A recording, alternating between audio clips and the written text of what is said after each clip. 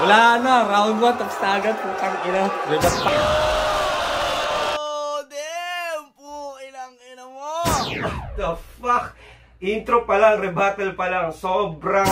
Kakating rebat nun, putang ina.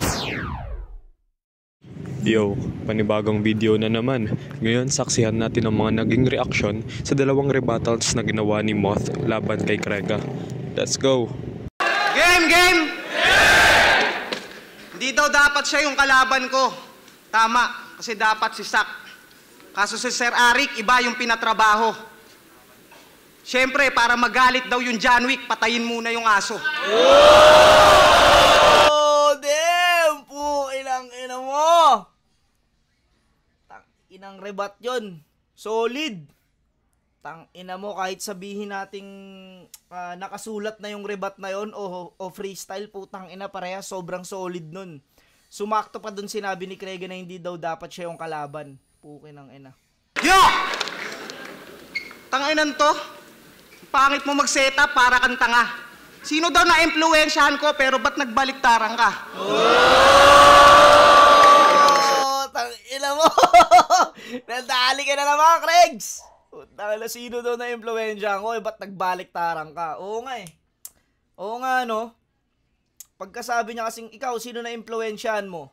Pagkasabi niya nun mismo, biglang, subukan ko nga. Bigla siyang gumanon, bigla yung tangina na silip ng ganong kabilis ni Tomas. Game! Game! Hindi daw dapat siya yung kalaban ko. Tama, kasi dapat si Sak. Kaso si Sir Arik, iba yung pinatrabaho. Siyempre, para magalit daw yung John Wick, patayin muna yung aso. What the fuck? Intro pa lang, rebuttal pa lang, sobrang haymaker na. Parang lagi kasi sinasabi ng mga tao na si Krega, bata ni Sak. Siyempre sa Mindanao, parang yung top dog nila doon, si Sak Maestro. Tapos, si Krega laging naaanggulo sa kanya yun. Pero ang galing ng rebuttal ni Mot doon na di ko alam kung freestyle rebuttal yon on the spot o pre-med, mahirap malaman. Pero dahil ginamit niya yung sinabi ni Krega na hindi dapat ikaw yung makakalaban ko ngayon.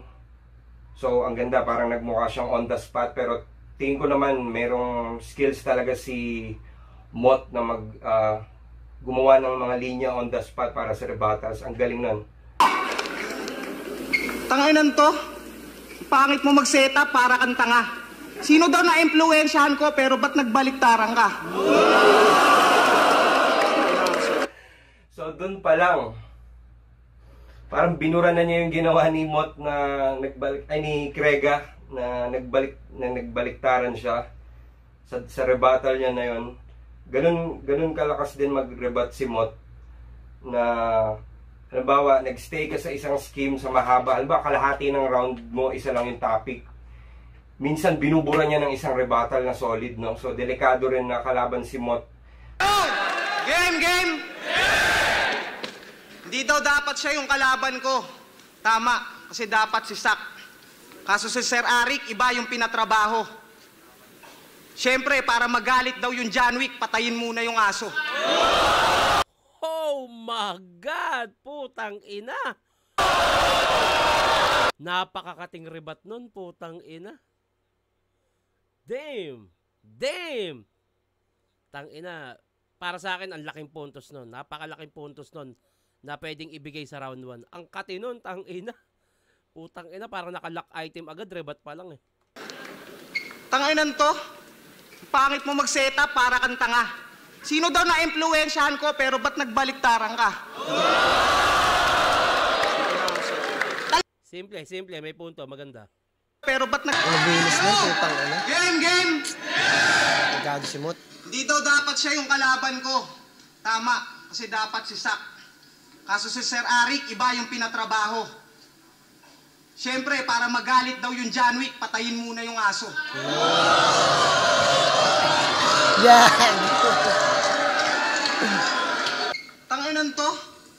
Pangit mo mag-setup para kang tanga. Sino daw na-impluwensyahan ko pero ba't nagbaliktaran ka? Game! Game! dapat siya yung kalaban ko. Tama, kasi dapat si Sak. Kaso si Sir Arik, iba yung pinatrabaho. Siyempre, para magalit daw yung John Wick, patayin muna yung aso. Putang ina mo! Tangina mo! May bakal na... Tangina kaangas yung lines na yun, men. Tangina, parang nakakagago yung lines na yun, men. Talagang... Tangina, ulitin ko nga yun. Tanginan to? Pangit mo mag-setup para kang tanga. Sino daw na-impluwensyahan ko pero ba't nagbaliktaran ka? Simple, no? Ang haba. Kung nagustuhan mo yung video na yon, subscribe naman.